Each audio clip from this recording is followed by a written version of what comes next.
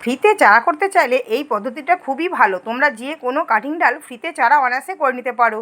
জবা বলো বা করবী বলো, যে কোনো টগর জলে রেখে চারা খুব অনায়াসেই হয়ে যায়। একদমই কিছু ঝুটঝামেলা নেই।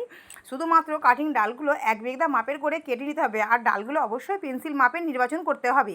তারপর জল নিয়ে জলে শুধুমাত্র কাটিং ডালগুলো ডুবিয়ে রাখতে হবে। 5 দিন ছাড়া ছাড়া জলটা পাল্টে দিতে হবে। চাইলে তোমরা এতে কয়েকটা অ্যালোভেরা টুকরো দিয়ে দিতে পারো, তাতে কিন্তু চারা খুব সুন্দর গ্রো করে।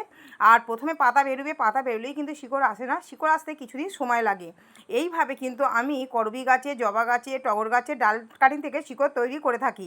এছাড়াও যদি তোমরা বেলি ফুল গাছের ডাল কাটিং থেকে চারা তৈরি করতে চাও, তো সেই টবের গোড়াতেই, যে কোনো টবের গোড়ায় এই কাটিংগুলো পুঁতে দেবে। দেখবে খুব সহজেই কিন্তু চারা তৈরি হয়ে যাবে, এতে ফুলও এসে গেছে। এছাড়া তোমরা যে কোনো হাইব্রিড জবার কাটিং ডাল থেকে চারা করতে চাইলে বালি হচ্ছে খুব ভালো পদ্ধতি।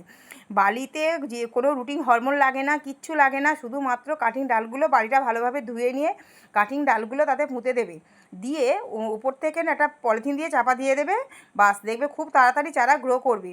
এছাড়া মাটি আর গোবর সার দিয়েও তো যে কোনো কাটিং ডাল খুব তাড়াতাড়ি চারা গ্রো করে। এইগুলো খুব সহজ পদ্ধতি, একদম ফ্রিতে চারা তৈরি করে নেওয়া।